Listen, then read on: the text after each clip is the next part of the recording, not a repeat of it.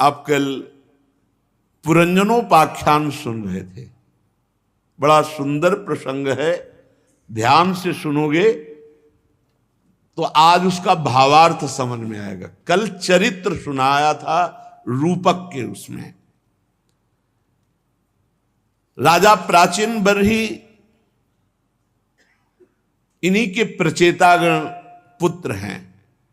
ये यज्ञ में सदैव तो देवर्षि नारद जी ने उस यज्ञ भोक्ता भगवान के प्रति अनन्य भक्ति नहीं तो सब व्यर्थ जीवन है। कहा देखो तुम जिन पशुओं की बलि दिए वो सब आकाश में तुम्हारे शरीर छूटने का इंतजार कर रहे हैं, सब तुम्हें दंड देंगे। तब ये पुरंजनोपाख्यान सुनाया प्राचीन बरही को देवर्षि नारद जी ने। प्राचीन बरही ने कहा भगवान पूरा अभिप्राय नहीं समझा मैं आपके इस रूपक का, मैं कर्म मोहित जीव हूं, भला क्या समझ पाऊंगा। आपने कथा सुनाई कि पुरंजन पुरंजनी में आसक्त है और 9 द्वार वाले नगरी में रह रहा है, 5 फण वाला सर्प है, 10 महाबली सेवक है, ऐसे ऐसे आपने। नारद जी ने कहा ध्यान से सुनो, अब उसका भावार्थ जो अंदर है वो बता रहे हैं। ये पुरंजन जीव है, अपने लिए 1 2 3 4 बहुत पैरों वाले शरीरों का संकल्प किया। 83,99,999 शरीर योनिया में, पसंद नहीं आया। उसको पसंद आया ये मानव देह, ये सर्वोत्तम है। और उस जीव का सखा है परमात्मा, जो अविज्ञात नामक सखा है वो परमात्मा है, ईश्वर है। हर समय आपके साथ रहते हैं भगवान, हर समय। पर किसी को पता नहीं चलता कि प्रभु हमारे पास है। अविज्ञात सखा, सबका दोस्त है भगवान, सबका दोस्त है, सबका प्रिय मित्र है। किसी भी प्रकार से उस जीव को पता ना चल जाए कि भगवान है पास, यही माया का खेल है। जीव ने जब सुख दुख रूप सभी प्राकृत विषयों को भोगने की इच्छा की तो उसे ये शरीर पसंद आया। 9 द्वार, 2 हाथ 2 पैर वाला मानव देह। इसमें जो पुरंजनी है वो बुद्धि है, अविद्याजनित। इसी पुरंजनी के कारण, बुद्धि के कारण देह और अंतःकरण में, इंद्रियों में मेरापन हो गया, मैंपन हो गया।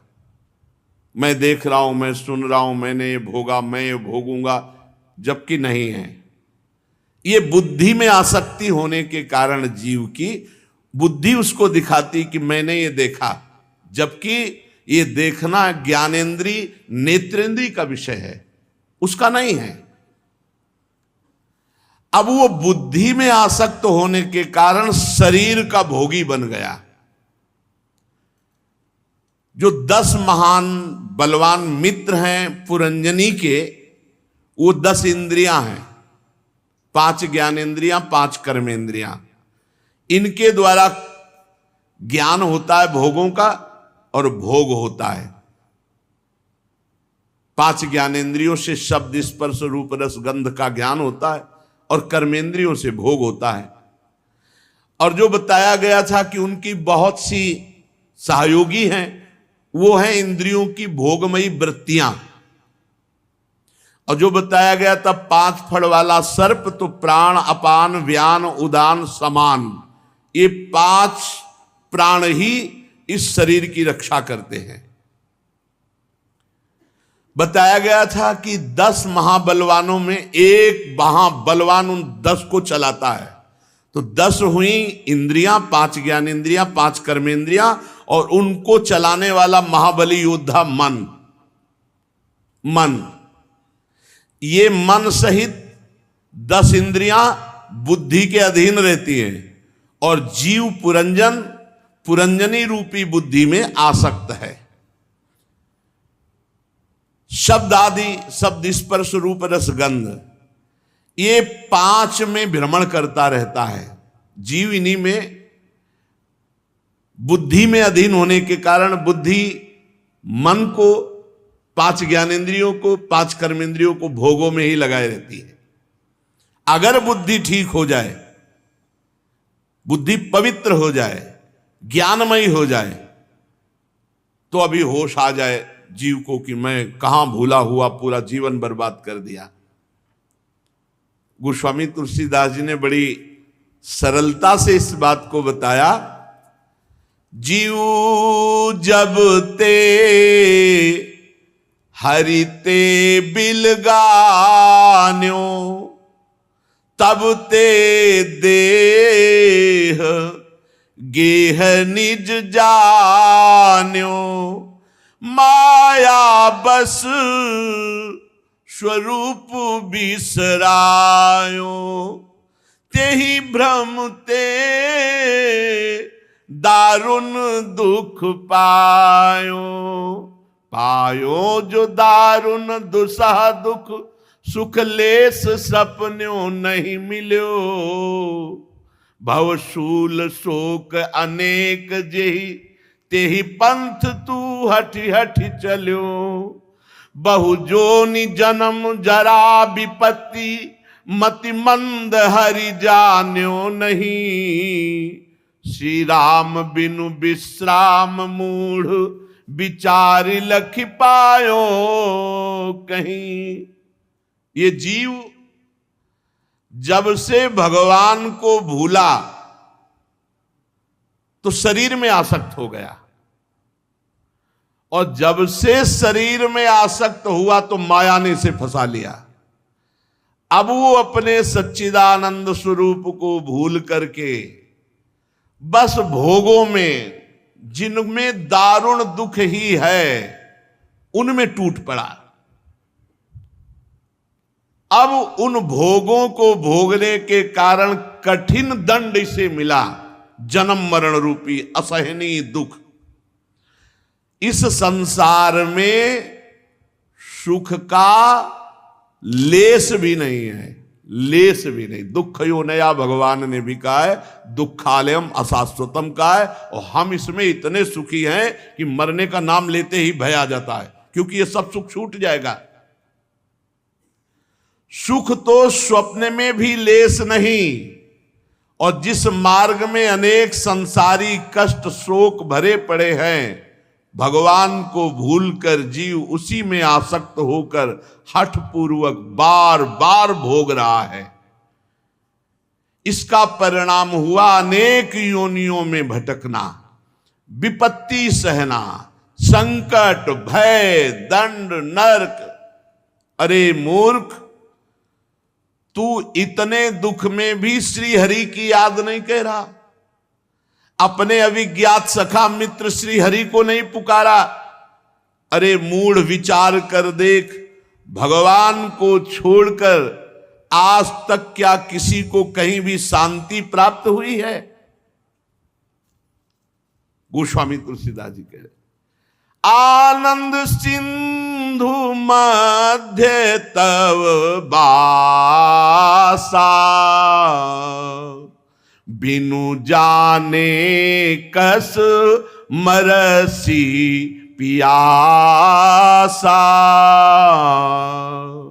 मृग भ्रम बारी सत्य जिए जानी, ताहाँ तू मगन भयो सुख मानी, तह मगन मज्जस पान करी, त्रैकाल जल नाही जहां। यही माया का खेल। निज सहज स्वभाव, निज सहज अनुभव रूप तव खल, भूली अब आयो तहां। निर्मल निरंजन निर्विकार, आहा, निर्मल निरंजन निर्विकार, उदार सुख तय परिहर्यो, निकाज राज बिहाय नृपयु सपन कारागृह पर हो। है जीव आनंद मध्य, जो भगवान आनंद समुद्र है, उनके बीच में तू वास कर रहा है। कबीरदास जी ने कहा, पानी में मीन पियासी मोहि सुन सुन आवे हासी। अगाध जल भरा हुआ है लेकिन प्यास से मर रही मछली, पानी में मीन पियासी मोहि सुन सुन आवे हासी। यहां कह रहे आनंद सिंधु मध्य तवासा और बिन जाने कस मरस पियासा। अरे जीव, तेरा स्वरूप ही आनंद सिंधु है। ईश्वरंश जीव अविनाशी चेतन अमल सहज सुख राशि। तेरा निवास आनंद समुद्र में है। तू आनंद स्वरूप है, तो भी तू अपने स्वरूप को भूल करके इस देह को अपना मान लेने के कारण विषय भोग रूपी मृग जल को पीने के लिए भाग रहा, जाए एक बूंद जल नहीं। अर्थात ऐ सुख सिंधु जीव, तू अपने आत्म स्वरूप का विस्मरण करके, भगवान का विस्मरण करके भोगों में जो सुख ढूंढ रहा है, वो ऐसे है जैसे प्रातःकालीन गंगा जी की रेत पर हमने देखा है कि दूर दिखाई देता निर्मल जल भरा है, लेकिन जब नजदीक गए तो एक बूंद पानी नहीं। वो सूर्य की रश्मियों से ऐसा दिखाई देता है, उसे मृग तृष्णा कहते हैं। मरुभूमि में जल का आभास, ऐसे ही भोगों में सुख का आभास। तू विषय भोग रूपी मृग जल को सच्चा जानकर उसी में सुख समझकर मगन हो रहा है। तुझे ऐसा लग रहा है मैं सुखी हो रहा हूं, लेकिन तीन काल में भी कभी कहीं तुझे सुख नहीं मिल सकता। तीन लोकों में और तीनों कालों में ना तुझे सुख मिला है, ना तुझे सुख मिलेगा, और ना तुझ सुख भोग रहा है। केवल भ्रम में ऐसे है जैसे स्वप्न में ऐसा लगे कि मैंने बहुत खाया पिया, बड़ा सुख हो, जगे तो कुछ नहीं। अरे दुष्ट,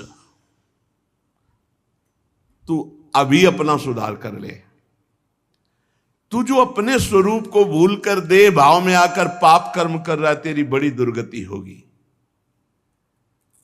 तू अपने निर्मल निरंजन स्वरूप को भूल गया। निर्मल, ईश्वर अंश जीव अविनाशी चेतन अमल। अमल माने निर्मल, कहीं कोई मल ना पहले छुआ था, ना अब है, ना आगे होगा। तूने मल को पकड़ रखा है, मल रूप देह है। तू अपने स्वरूप को भूल करके जो निर्मल है, विशुद्ध है, अविनाशी है, विकार रहित है, व्यर्थ में तो दुख में फंस गया। जैसे कोई राजा स्वप्न में देखे कि मेरा राजपाट छिन गया और मैं कैद खाने में पड़ा हूं और व्यर्थ में दुख भोग रहा है। अगर जग जाए तो पता चले वो स्वतंत्र राजा है। वो सपने में भी राजा है, पर उसने देख लिया सब राज्य छिन गया और मैं कैद में पड़ा हूं। ऐसे ही मोहवश तू अपने संकल्प से वंचित हो गया। आपका जो स्वरूप है वो सहज सुख राशि आनंद समुद्र। तूने संकल्प भोगों का किया, संकल्प गलत आचरणों का किया, शरीर भाव से कर्ता भोक्ता बन गया। इसलिए तेरी वो दुर्दशा है जैसे कोई चक्रवर्ती राजा स्वप्न में देखे कि मेरा राज्य छिन गया और मैं कैद खाने में हूं। अब उसे जो दुख भोगना पड़ रहा है वो बिना जगे दूर नहीं हो सकता। वो दुख दूर नहीं हो सकता। कोई उपाय कर लो, उसको अगर सुखी करना तो जगना पड़ेगा। ऐसे ही तू जाग। तू शरीर नहीं है, इन भोगों में सुख नहीं है, तू परमात्म स्वरूप है। ये जानने के लिए सच्चिदानंद स्वरूप भगवान का भजन कर। ऐ जीव, यदि तू भजन नहीं करेगा तो जैसे स्वप्न में वो बंधन को प्राप्त राजा दुख प्राप्त, ऐसे तू सदैव दुखी होता रहेगा। तै निज कर्म डोरी दृढ़ कीन्ही, अपने करनी गाठी गही दीन्ही, ताते पर बस पर्यो अभागे, ताफल गर्भ बास दुख आगे, आगे अनेक समूह संसृत, उदरगत जान्यो सो, सिर हेठ ऊपर चरण, संकट बात नहीं पूछे को, शोणित पुरीस जो मूत्र मल, कृमि कर्दमाव्रत सोवई, कोमल शरीर गंभीर वेदन, शीश धुनि धुनि रोवई। गोस्वामी जी कह रहे, ऐ आनंद समुद्र, तू अपने स्वरूप को भूलकर ऐसे कर्म कर लिए, ऐसी कर्म रूपी मजबूत जंजीर में अपने को बांध लिया, और अज्ञान से वो गांठ पक्की कर ली कि मैं स्त्री हूं, मैं पुरुष हूं, मैंने ये किया, मैं ये करूंगा। अब अभागे इसका परिणाम तू जानता है, तुझे परतंत्र होकर फिर गर्भ में जाना पड़ेगा, और उस गर्भ में जो दुख होता है तुझे याद नहीं है। संसार में जितने क्लेश समूह हैं उन सब का मूल है मां के गर्भ का दुख। सिर नीचे पैर ऊपर, कुंडलाकार, ऐसे रक्त मल मूत्र विष्ठा कीड़े की तरह उन्हीं के बीच में, और कोमल शरीर में भारी वेदना, कुंडलाकार ऐसे। अब उस समय भारी वेदना में, गर्भ में, दुख में कौन तुझे बचाएगा? तूने अपने ऐसे कर्म किए, ऐसी जंजीर बांध ली, अविद्या से अज्ञान से ऐसा पक्का कर लिया कि अब तुझे गर्भ में जाना पड़ेगा, भोगना पड़ेगा। और जब कर्म जाल में तू बंध करके गर्भ में दुख पा रहा, तो सोच उस समय भी भगवान श्री हरि ने तेरा साथ नहीं छोड़ा। गर्भ में प्रभु ने तुम्हारा पालन पोषण किया, और गर्भ में ही भगवान ने तुम्हें अपना ज्ञान दिया। जब हरि ने तुम्हें गर्भ में ज्ञान दिया, तब तुम्हें अनेक जन्मों की बात याद आई, और तू कहने लगा कि हे प्रभु, इस दुस्तर त्रिगुणमयी माया से मैं पार कर हो जाऊंगा, एक बार मुझे इस गर्भ से निकालो, मैं जीवन भर आपका भजन करूंगा। लेकिन गर्भ काल में भगवान से जो वादा किया, यहां फिर जन्मा। आपने ये प्रण किया है सबने, एक बार मुझे इस दुख में गर्भ से माता के निकाल दो, हे प्रभु मैं आपका भजन करूंगा। गोस्वामी जी कह रहे, पुनि बहुविधि गला निजिय मानी, अब जग जाई भजो चक्र पानी। जी में तूने बहुत ग्लानि की, अनेक जन्मों की याद आई, अब ऐसा कर्म नहीं करूंगा, एक बार भगवान मुझे गर्भ से बाहर निकालो, हे सुदर्शन चक्रधारी मैं आपका भजन करूंगा। ऐसे ही करी विचार चुप साधी, प्रसव पवन पेरो अपराधी। ऐसा कहकर चुप ही हुआ कि भगवान की प्रेरणा से प्रसव वायु ने माता के गर्भ से बाहर कर दिया।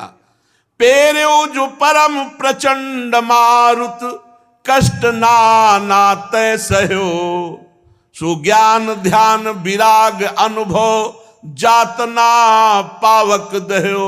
जे ही प्रसूति वायु ने प्रेरणा की, बाहर बालक निकला, वो सब भूल गया भगवान का दिया हुआ ज्ञान, भगवान की अनेक जन्मों की जो स्मृति दी हुई थी, वो सब भूल गई।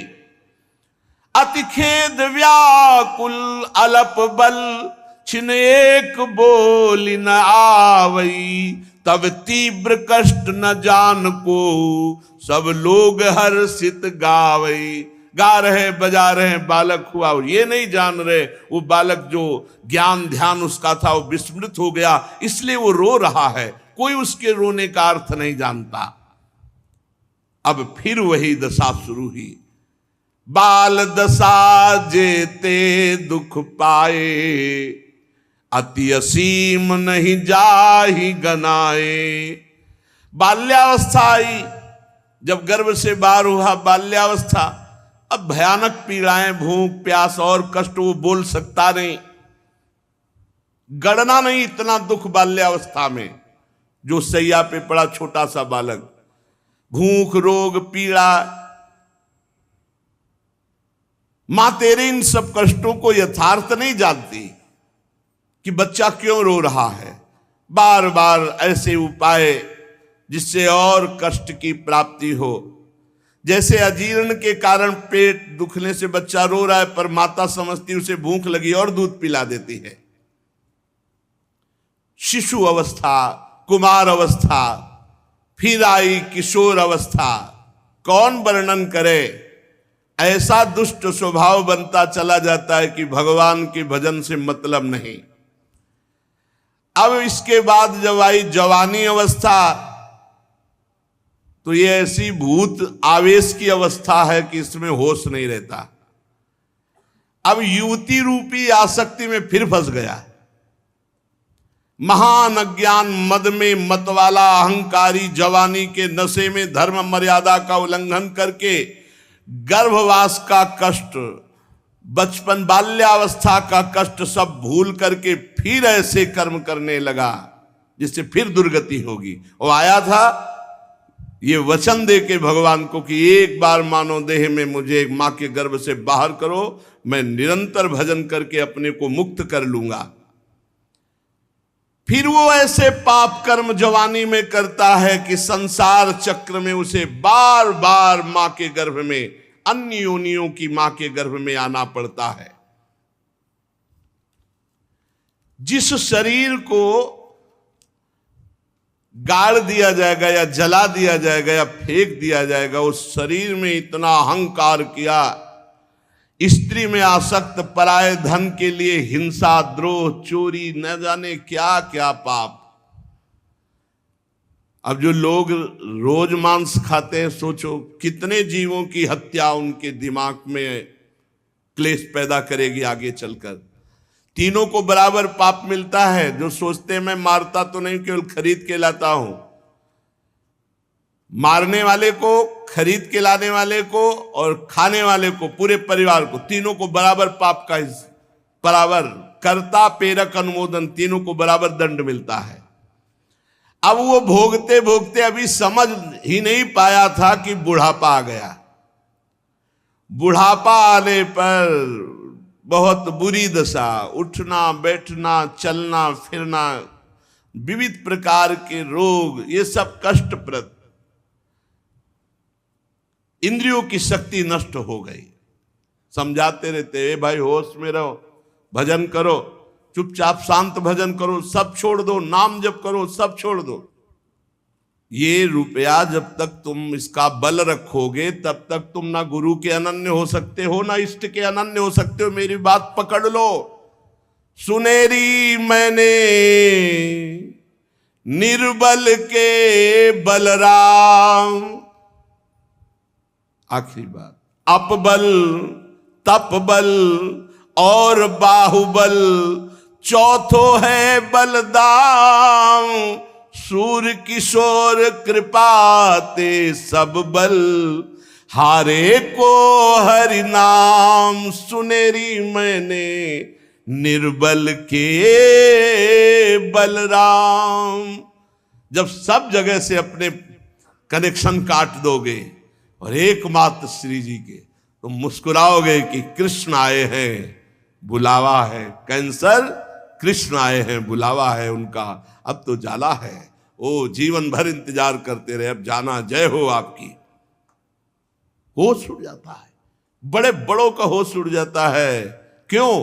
क्योंकि आपने अन्य बल लिया है। इसीलिए हम जब समझाते हैं तो समझ में नहीं आता, बाद में समझ में आ जाएगा। बाद में समझ में आ जाएगा, पक्का समझ में आ जाएगा। अभी समझ लो तो बहुत अच्छा है, बाद में समझोगे तो समझने लायक नहीं रहोगे।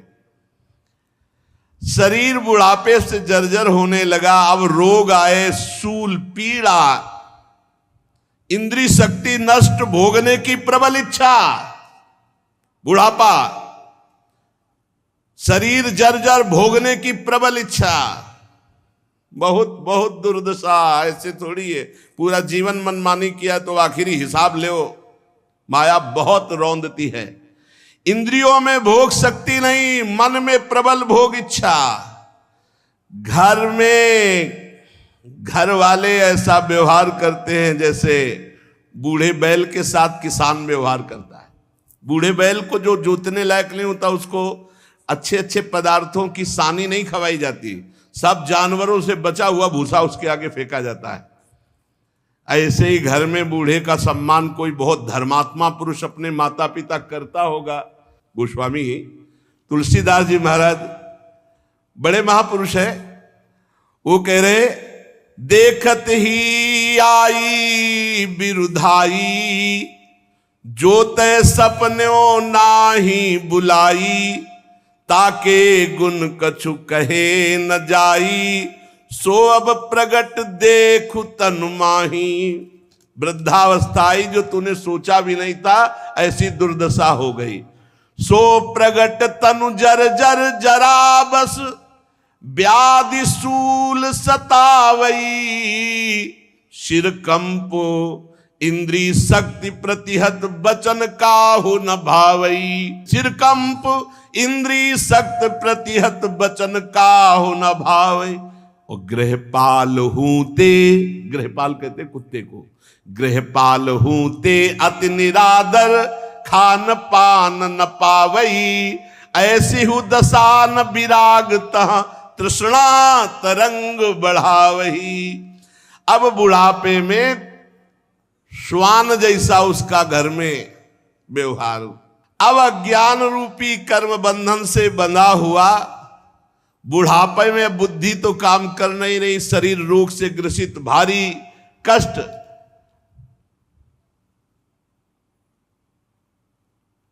अब फिर वही दुर्दशा आई मृत्यु वाली, भयानक कष्ट, भयानक पीड़ा, भारी तृष्णा, कामनाओं का जाल बिछा हुआ दिमाग में।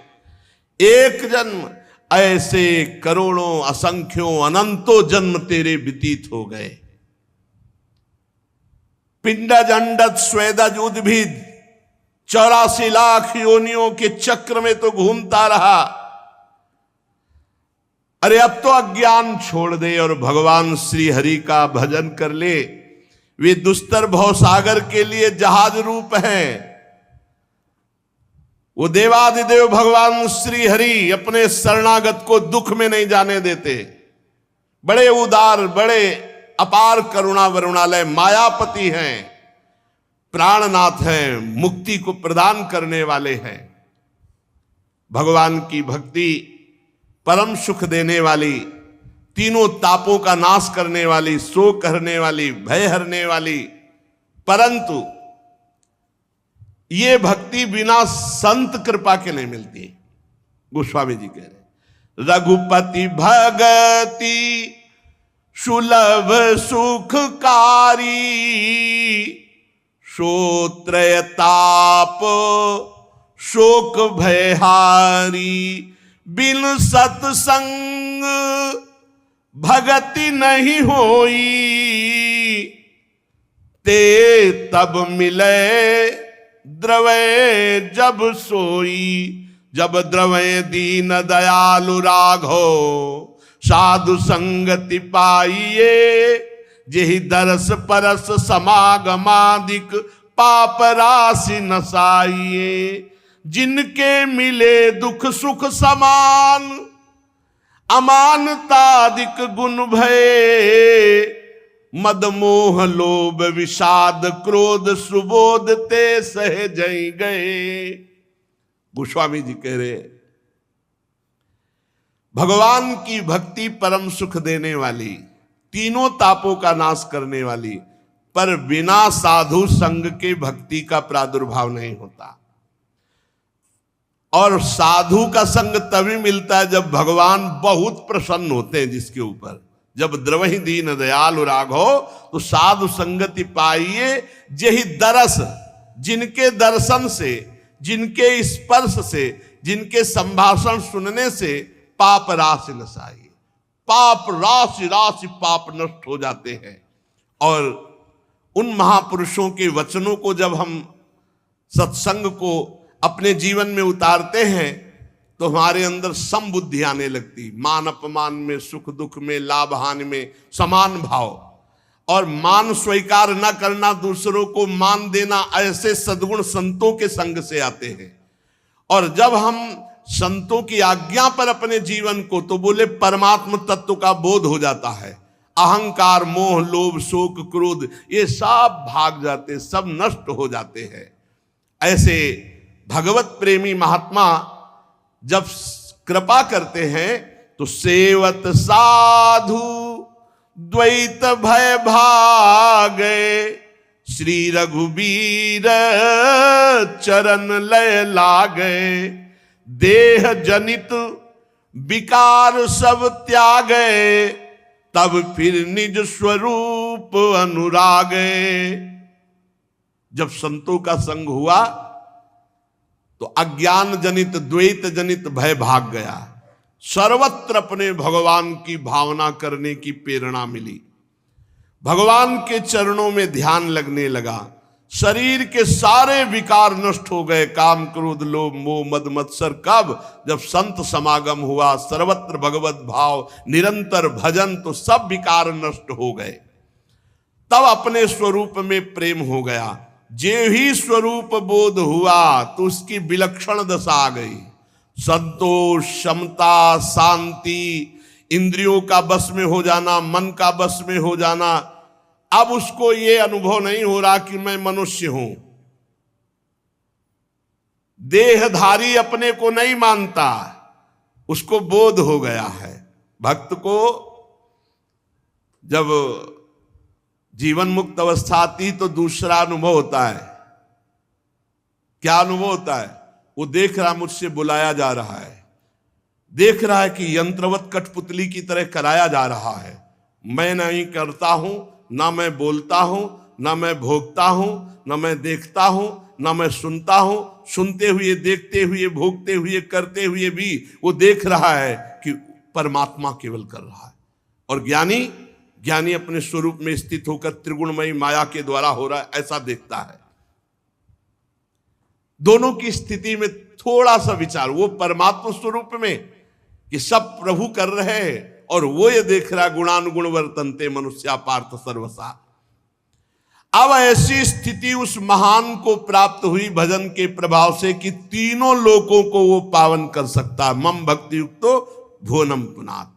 पर भाई, इस मार्ग पर जो मन लगाता है वही स्थिति प्राप्त करता है।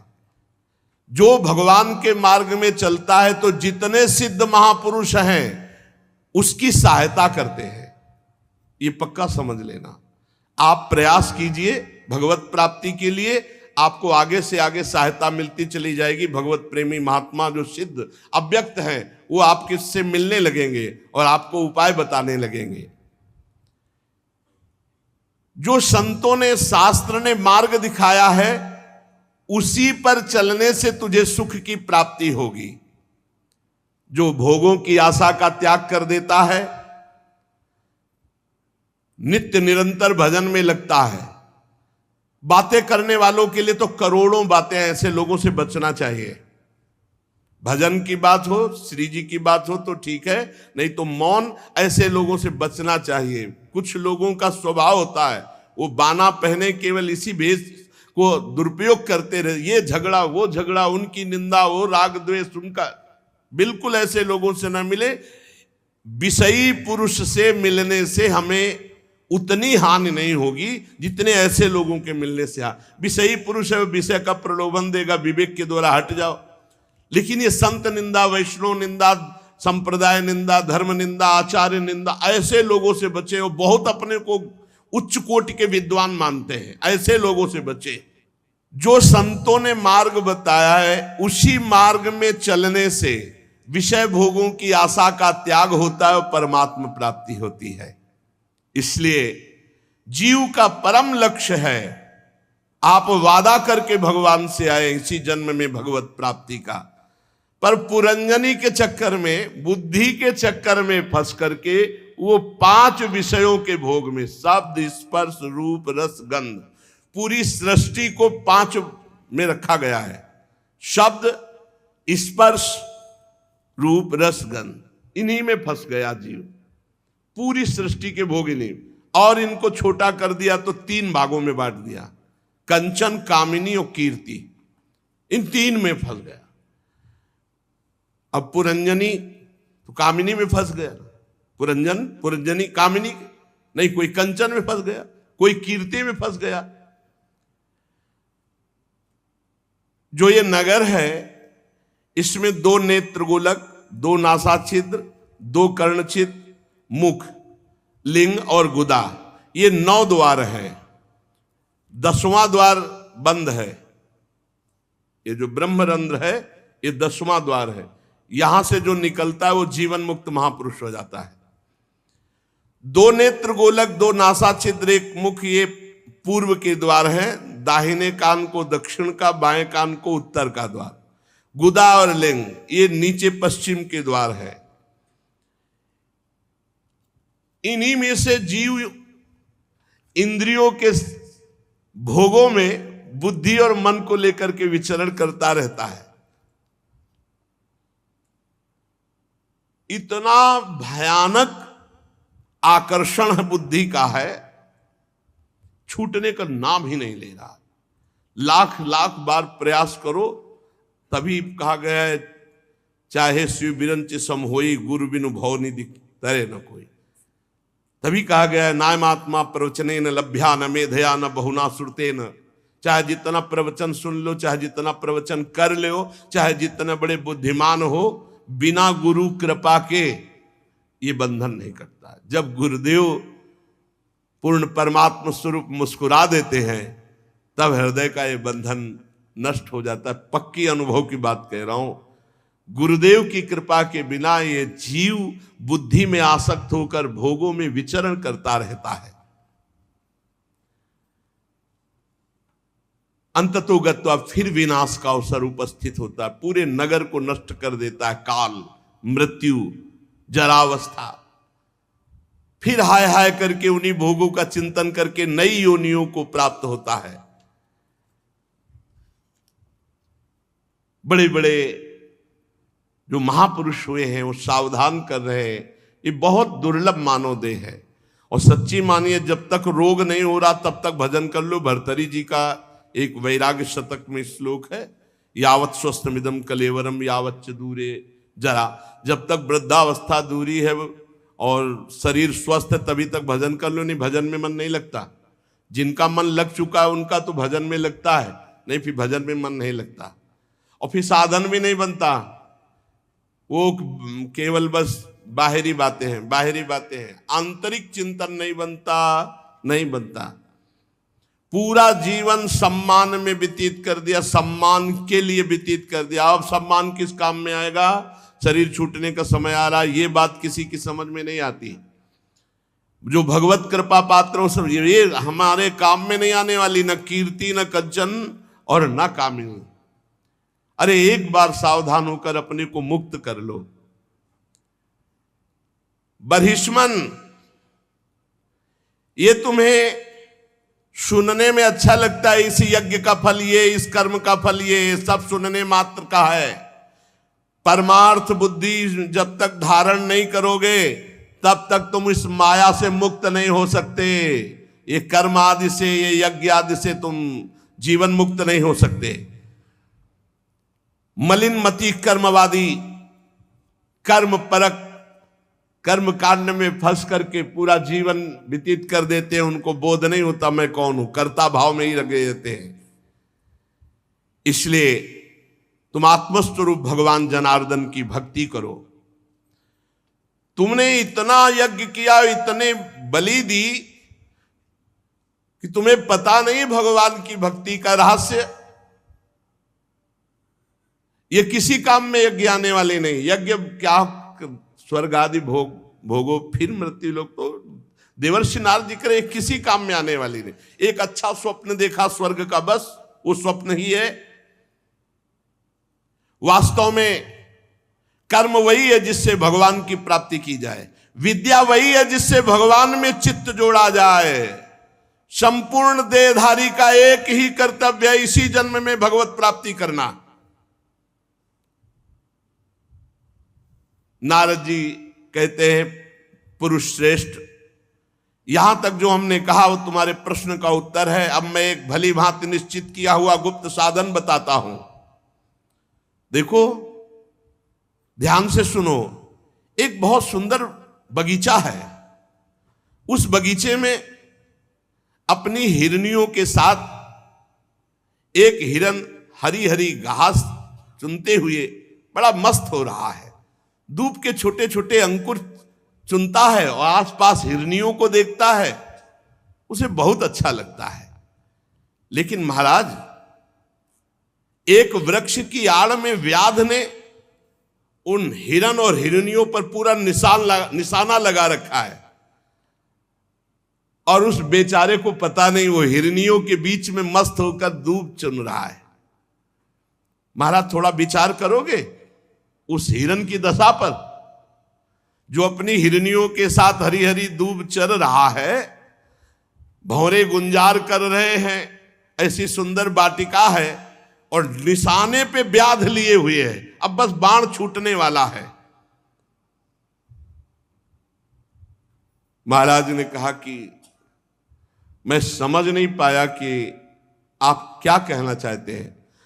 बोले, वो हिरन तुम हो और ये पुष्प वाटिका तुम्हारा राज्य है, और हिरनियां तुम्हारी रानी है, और विषय भोग ही हरी घास है, और काल तुम पर निशाना लगाए हुए है। ये जो तुम यज्ञ आदि में अपना समय लगाकर भगवान से विमुख होकर खूब भोगों के भोगने में मगन हो, और ये जो भौरों का गुंजार है, सूत मागत बंदी जन जो तुम्हारा यश गा रहे हैं, ये भी किसी काम में आने वाला नहीं। काल शिकार में लिए हुए सबको बस बाण संधान की जरूरत है। तुम वो मृग हो जो अपने आप को भूले हुए हो और काल के शिकार में आ चुके हो। श्रवणेंदी लगाए हुए सूत मागत बंदी जन तुम्हारा यश गाते हैं, उसके अहंकार में हो कि महाराजा आप तो ऐसे, आप तो ऐसे। अंतर्मुखी हो और भगवान श्री हरि की आराधना करो। ये कामी पुरुष जहां नहीं पहुंच सकते, वहां भगवान का नाम जप करने वाला जाता है। श्री हरि को प्रसन्न करो और विरक्त हो जाओ इन यज्ञों से भी, और परिवार से भी, और भोगों से भी। राजा प्राचीन बरही ने कहा, भगवान कृपा कृपा कृपा, मेरे तो ज्ञान चक्षु खुल गए आपके उपदेश से, इसीलिए सत्संग के समान न तुम मर्त्यलोक के सुख को, न देवलोक के सुख को, और न मोक्ष के सुख को। तात स्वर्ग अपवर्ग सुख, धरी तुलाय कंग, तुलन ताय सकल मिली। जो सुख लव सत्संग। थोड़ी देर देवर्षि नारद जी का सत्संग हुआ। राजा प्राचीन बर्री कहने लगे, कृपा कृपा कृपा, जो आपने उपदेश दिया मेरे ज्ञान चक्षु खुल गए। अभी तक मैं जिनको अपना उपदेशक गुरु मानता रहा, इन आचार्यों को भी निश्चित परम तत्व का ज्ञान नहीं है।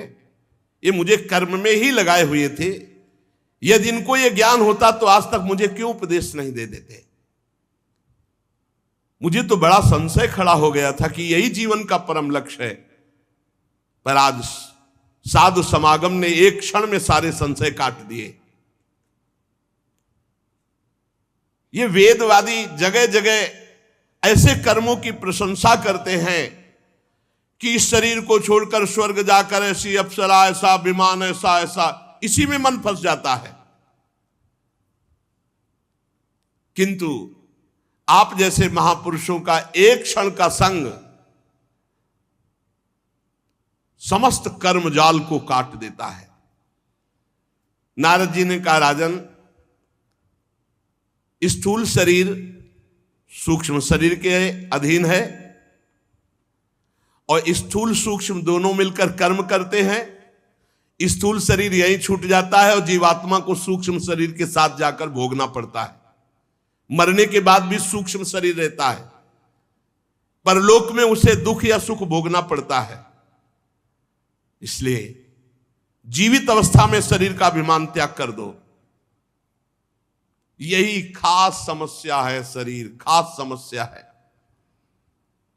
मन के द्वारा जीव जिन जिन को ये कहता जाता है कि ये मेरे हैं, ये मैं हूं, ये मेरे हैं, उसी में फंसता जाता है।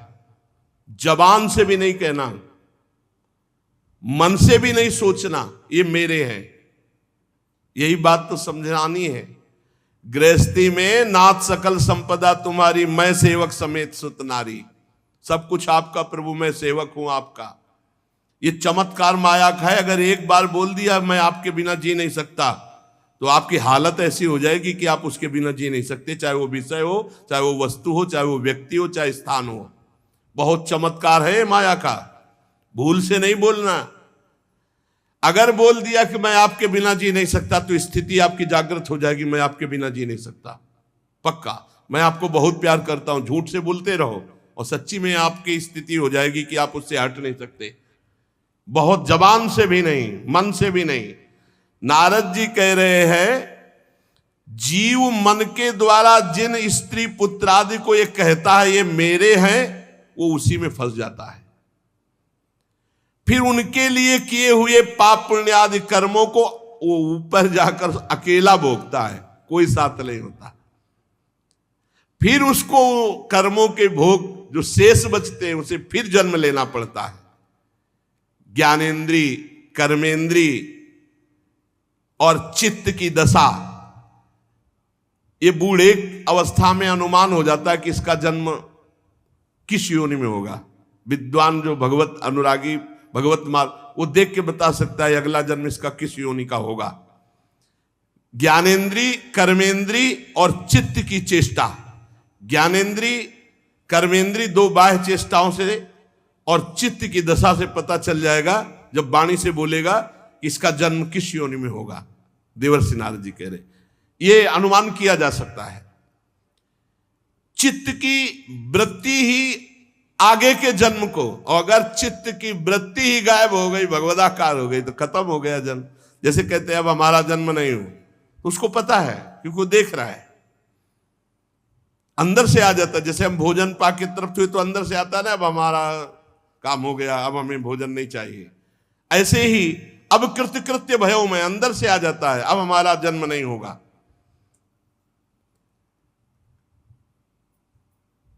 ये तुम निश्चय मानो, सूक्ष्म शरीर जब तक है तब तक जीव को जन्म मरण के चक्कर में जाना पड़ेगा। स्थूल तो यहीं छूट जाता है।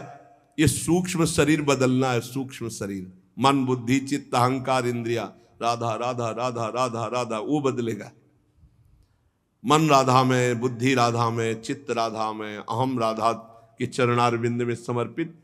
और ज्ञानी दृष्टा भाव साक्षी भाव को सिद्ध करके वो अपने स्वरूप में स्थित हो जाता है इनका। तो ये संकल्प विकल्प रहित होकर अंतःकरण लय हो जाता है, रहता ही नहीं।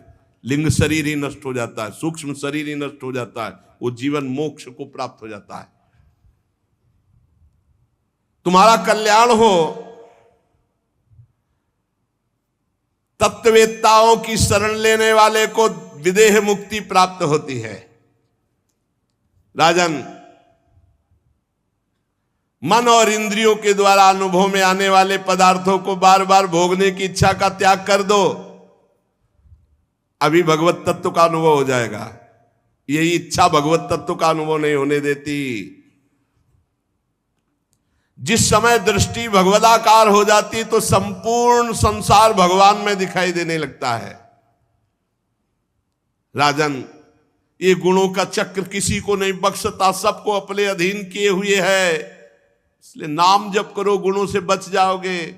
यही डरहे डरप हरिवंश ही तिजनो भ्रमय गुण सलिर पर जी नामन मंगल लोक तिरु सुहरि पद भजु न विलंब करी।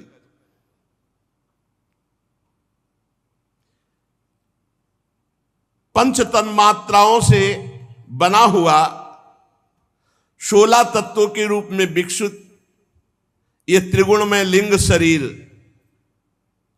इसी में चेतना जीव तन्मयता कर लेता है और वो बार बार जन्म मरण को प्राप्त होता है। इसी को मिटाना है। तुम तृष्णा छोड़ो, मरण काल तुम्हारा उपस्थित होने वाला है। बड़ी कृपा है जो सूचना मिल जाए। दूसरा शरीर प्राप्त करने की इच्छा मत करो। इस शरीर का अभिमान छोड़ो कि मैं राजा हूं, और अपने लिंग शरीर को भजन के द्वारा भस्म कर दो, तो ये तुम्हारा आखिरी जन्म हो जाएगा। और जब जीव भोगों का चिंतन करके मरता है तो फिर अविद्यावश वो नया जन्म ग्रहण करता है। भगवत चिंतन, भोग चिंतन हटे। कर्म बंधन से छुटकारा पाना चाहते हो तो राजन भगवान श्री हरि का भजन करो। सिर्फ अब भगवान श्री हरि का भजन हो गई बहुत यज्ञ और सब। श्री मैत्री जी कहते, विदुर जी जब भक्त श्रेष्ठ नारद जी ने राजा प्राचीन बर्हि को ऐसा उपदेश किया और कहा श्रीहरि के भजन में लगो और अंतर ध्यान हो गए, तो प्राचीन बर्हि जी भगवान कपिल देव जी के आश्रम में गए और समस्त राजपाट आसक्ति सबको छोड़ करके एकाग्र मन से भगवान का भजन किया और भगवान के सारूप्य परम पद को प्राप्त हुए, सारूप्य मोक्ष को प्राप्त हुए। देवर्षि नारद जी के मुख से निकला हुआ ये भगवद यश पुरंजनोपाख्यान जो सुनेगा, मनन करेगा, उसकी भगवान श्री हरि में भक्ति हो जाएगी। यदि इस कथा को सुन करके और संसार चक्र से भटकना नहीं मिटा तो तुमने सुना ही नहीं। एक बात केवल पकड़ लो, नाम जप हर समय करो, हर समय नाम जप। यही बहुत भयमय संसार है, बहुत भयमय। हमारी प्रार्थना मान लीजिए जितना समय है इधर उधर छोटे मोटे कार्यों में मत, जो गृहस्थी के कार्य कर रहे हो भगवद अर्पित करो, नाम जप, नाम जप। देवर्षि नारद जी ने क्या बताया, इतने बड़े याज्ञिक प्राचीन बर्हि जी, इतने बड़े याज्ञिक कि पूरे भारत भूमि में कोई इतनी जगह नहीं रह गई थी जहां यज्ञ ना हो। ऐसे कुशा तभी बरहसद इनका नाम पड़ा। नाम जप करो, ये जीवन का सार। उठते बैठते चलते फिरते खाते पीते सोते जागते नाम जप, और ये जरूर निश्चय कर लो कि मुझे भगवत प्राप्ति करनी है। इस निश्चय में बहुत बड़ी पवित्रता है। भगवत प्राप्ति करनी है, ये संकल्प करोगे, निश्चय करोगे, इसी में बहुत बड़ी पवित्रता है। ये आपको बहुत पावर देगी, बहुत सामर्थ्य देगी। प्राचीन बर्हि जी ने कपिल आश्रम में अपने शरीर को भगवत चिंतन करते हुए छोड़ा तो सारूप्य मोक्ष को प्राप्त हुए। इधर इनके पुत्र जो प्रचेतागण हैं, भगवान रुद्र ने जो उपदेश किया था, तो समुद्र में खड़े होकर के वो भगवान रुद्र के द्वारा दिए गए स्तोत्र का 10,000 वर्ष तक जप किया। इसीलिए कलयुग की जय हो। अपनी तो आयु ही 100 वर्ष है। 10,000 वर्ष तक जब तपस्या किया तो भगवान प्रसन्न हो गए और आए। गरुण जी के कंधे पर बैठे हुए श्री भगवान मानो सुमेरु के शिखर पर श्याम घटा छाई हो। सुमेरु जैसी कांति गरुण जी की और श्याम घटा कांति भगवान श्री हरि की। मनोहर पीतांबर, कंठ में कौस्तुभ मणि, अपनी दिव्य प्रभा से सब दिशाओं के अंधकार को दूर कर रहे थे। बहुत ही तेजोमय आभूषण भगवान धारण किए हुए थे। मनोहर मुखमंडल की अपूर्व शोभा थी। मस्तक पर झिलमिलाता हुआ मुकुट शोभायमान और भगवान कि जो देवता मुनि पार्षद गण वो सब हाथ जोड़े खड़े हैं। गरुण जी के पंखों से साममय ध्वनि हो रही थी, सामवेद की। अजान बाहु लंबी भुजाएं, वनमाला श्री चरणों तक। इस प्रकार प्रचेता गणों ने दर्शन के सामने गरुण पर विराजमान भगवान श्री हरि के। श्री भगवान ने प्रचेता गणों से कहा, राजपुत्रो तुम्हारा कल्याण हो। तुम सब में परस्पर बड़ा प्रेम है, प्रेमवश तुम एक ही धर्म का पालन कर रहे हो। तुम्हारे इस भ्रातृ प्रेम को देखकर मैं बहुत प्रसन्न हूं। दसों एक ही कार्य, और तुमने 10,000 वर्ष तक दसों ने मिलकर के भगवान रुद्र के द्वारा उपदिष्ट स्तोत्र का जप किया। मैं बहुत प्रसन्न हूं। वरदान मांगो। जो पुरुष सायंकाल के समय प्रतिदिन तुम्हारा स्मरण करेगा, मैं उस पर बहुत जल्दी प्रसन्न हो जाऊंगा। जो लोग प्रातः काल और सायंकाल रुद्र गीत का गायन करेंगे, मैं उनका अभीष्ट वरदान उनको प्रदान करूंगा। तुम्हारी कीर्ति संपूर्ण विश्व में फैल जाएगी। तुम्हारे एक बड़ा ही विख्यात पुत्र होगा, जो ब्रह्मा जी से किसी भी तरह कम नहीं होगा, और अपनी संतानों से तीनों लोकों को पूर्ण कर देगा। राजकुमारों, कंडु ऋषि के तपोनाश के लिए इंद्र की भेजी हुई प्रमलोचा अप्सरा से एक कमल नयनी कन्या उत्पन्न हुई थी। अप्सरा उसे छोड़कर स्वर्गलोक को चली गई थी, तो वृक्ष के सानिध्य में उस कन्या का पालन पोषण समस्त वृक्षों ने किया। जब वो भूख से व्याकुल होकर रोने लगी, तो औषधियों के राजा चंद्रमा ने अमृत वर्षिणी तर्जनी अंगुली से उसका पोषण किया है। तुम्हारे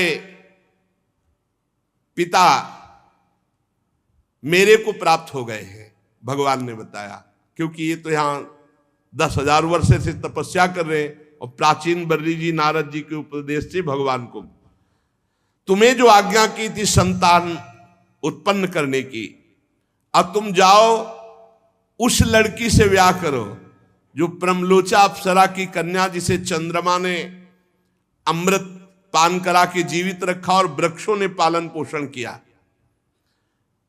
तुम सब एक स्वभाव के हो, एक धर्म का पालन करने में रुचि रहते हो, इसलिए तुम दसों उसी के साथ ब्याह करो। तुम्हारा कभी आपस में द्वेष नहीं होगा, झगड़ा नहीं होगा। मेरी कृपा से तुम्हारी बुद्धि शुद्ध रहेगी,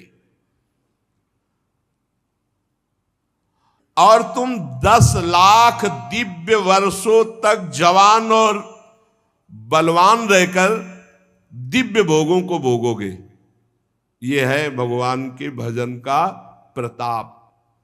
इस लोक में भी सुख और परलोक में। इस लोक में कितने?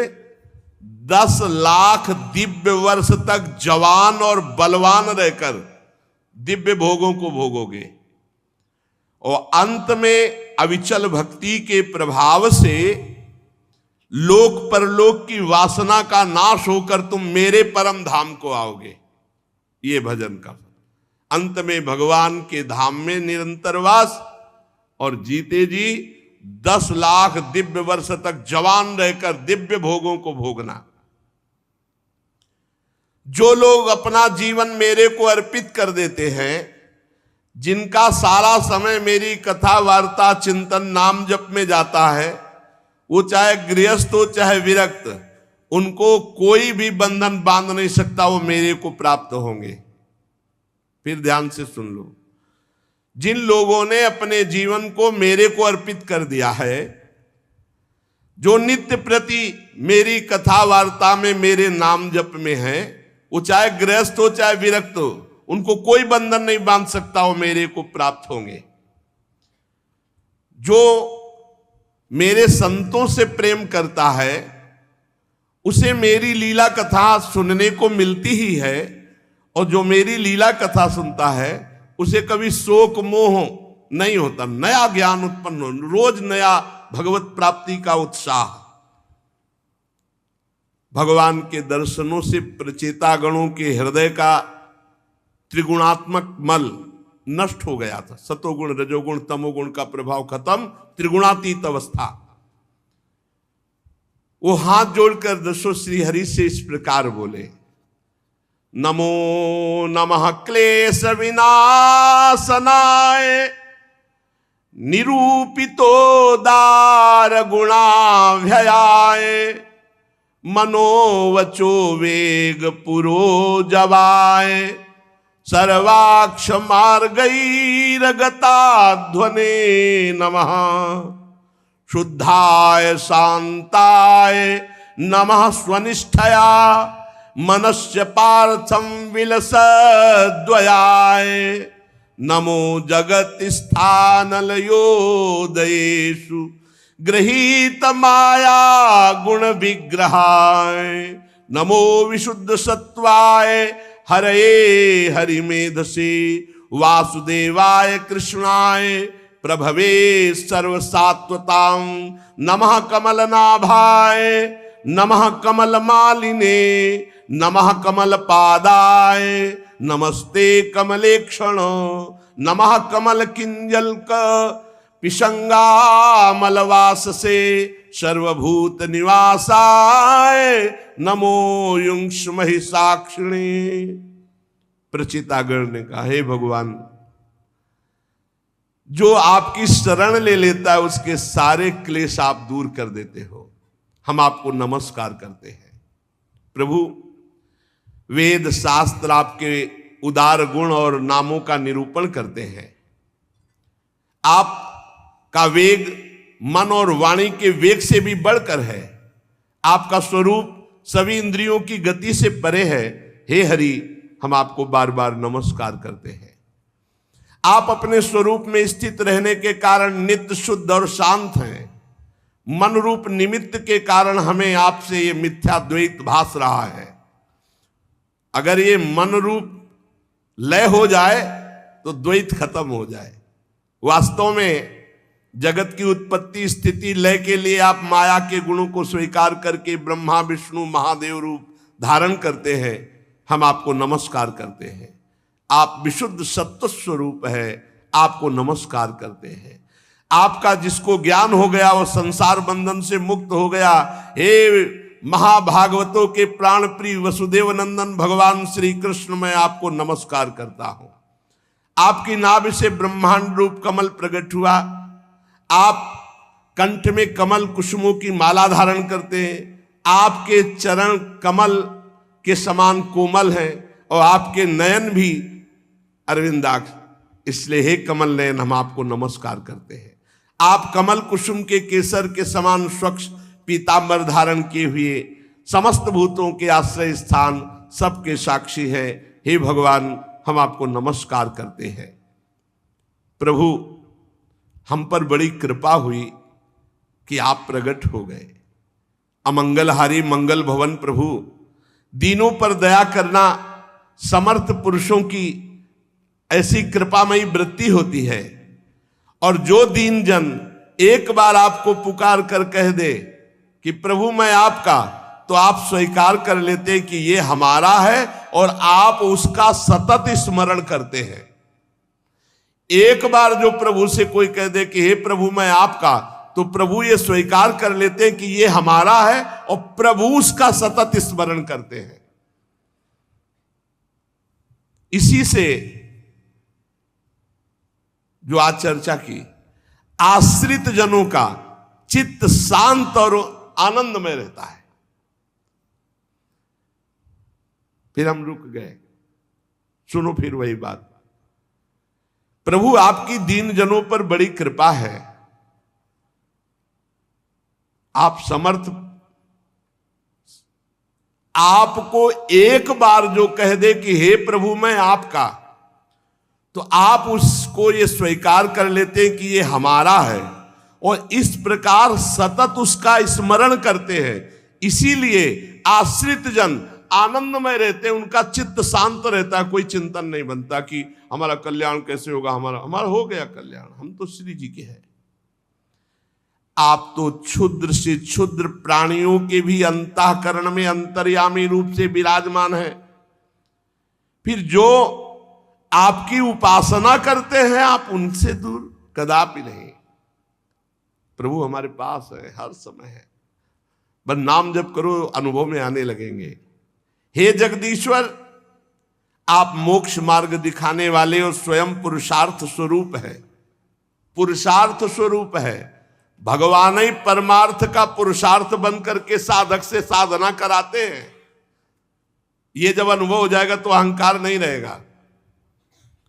आप मोक्ष मार्ग दिखाने वाले हैं और आप ही परमार्थ रूप पुरुषार्थ कराने वाले हैं। आप ही परमार्थ स्वरूप है, आप ही पुरुषार्थ स्वरूप है। यही तो आनंद का विषय है। अब हम कर नहीं रहे, अब हमसे कराया जा रहा है। आप हम पर प्रसन्न होइए, और आप प्रसन्न हैं, इससे बड़ा हमें वरदान और कोई नहीं चाहिए। पर स्वामी की आज्ञा है कि वरदान मांगो, तो नाथ हम एक वर आपसे अवश्य मांगते हैं। आप प्रकृति आदि से परे हैं और आपकी विभूतियों का कोई अंत नहीं, इसलिए आपका एक नाम अनंत कहा जाता है। जैसे भ्रमर को अनायास कल्प वृक्ष मिल जाए तो क्या वो किसी दूसरे वृक्ष का सेवन करेगा क्या? वैसे ही हमें आपकी चरण शरण मिल गई। अब हम क्या मांगे? हम तो यही मांगते हैं कि जब जब हमारा जन्म हो कर्म के अनुसार, तब तब आपके भगवत अनुराग में रंगे हुए जो प्रेमी संत जन है, इनका संग मिले। प्रचेतागण ने क्या मांगा? कहा कि वैसे प्रभु आपसे मांगना क्या, पर हम आपसे केवल यही मांगते हैं कि कर्मानुसार संसार में हमारा जब जब जन्म हो, तब तब आपके प्रेमी भक्तों का संग मुझे मिले। यावत्ते मायया स्पृष्टा भ्रमाम इहि कर्म भी, तावत भवत प्रसंगानां संगास्यान्नो भवे भवे। तुलयाम लवेनापि न स्वर्गम न पुनर्भवम, भगवत संग संगस्य मर्त्यानां किमुताशिषः। प्रभु मेरा जब जब जन्म हो इस संसार में, तब तब भगवत भक्तों के बीच में हो, भगवत भक्तों का संग प्राप्त हो। हम तो भगवत भक्तों के क्षण भर के संग के सामने स्वर्ग और मोक्ष को भी कुछ नहीं समझते, फिर मानवीय भोगों की तो बात ही क्या। भगवत भक्तों के समाज में सर्वदा हे भगवान आपकी मधुर मधुर कथाएं होती रहती हैं, सिद्धांत की बातें होती रहती हैं, जिनके श्रवण मात्र से भोग तृष्णा शांत हो जाती है। प्राणियों में किसी भी प्रकार का बैर विरोध उद्वेग नहीं रह जाता जो रोज सत्संग सुनता है। अच्छे अच्छे कथा प्रसंगों द्वारा निष्काम भाव से सन्यासियों के एकमात्र आश्रय साक्षात श्री हरि आपका बार बार गुणगान होता रहता है। आपके भक्तजन तीर्थों को पवित्र करने के उद्देश्य से विचरते हैं। देखो, तीर्थ भक्तों की आने की बाट जो होते हैं, भक्त तीर्थों में पवित्र होने के लिए नहीं जाते, तीर्थों को पवित्र करने के लिए। तेसाम विचरताम पदभ्याम तीर्थानाम पावनेच्छया, भीतस्य किम न रोचेत तावका नाम समागमः, वयम तु साक्षात् भगवन् भवस्य प्रियस्य सख्युः क्षण संगमेन, सुदिश्चिकित्सस्य भवस्य मृत्युर्भिषक्तमं त्वाद्य गतिं गताः स्म। आपके जो भक्तजन हैं तीर्थों को पवित्र करने के उद्देश्य से पृथ्वी पर विचरते हैं। ऐसे भक्तों का समागम संसार भय का नाश करके भोगों में अरुचि पैदा कर देता है। हे प्रभु, आपके प्रिय भगवान शंकर के क्षण भर के समागम में मुझे ऐसी सामर्थ्य मिली कि 10,000 वर्ष तक आपका स्तवन भजन किया और उसका फल मिला कि आपका साक्षात दर्शन हुआ।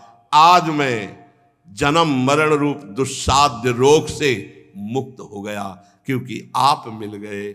अब हमने आपका मन वचन कर्म से आश्रय ले लिया। जीवन का परम लाभ ये निश्चय कर लो कि मुझे भगवत प्राप्ति करनी, और मन वचन कर्म से भगवान का आश्रय लेकर नाम जप करो।